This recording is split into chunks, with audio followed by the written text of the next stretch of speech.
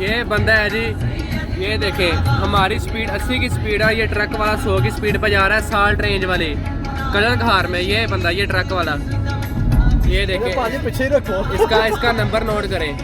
ये देखें LPT 3551।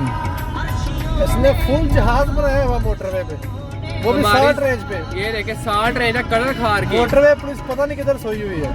और ये ट्रक वाला अंधाधुंध जा रहा है। खुदा ना खास्ता कोई इंसिडेंट हो जाए कौन जिम्मेदार है? ये देख सकते हैं आप।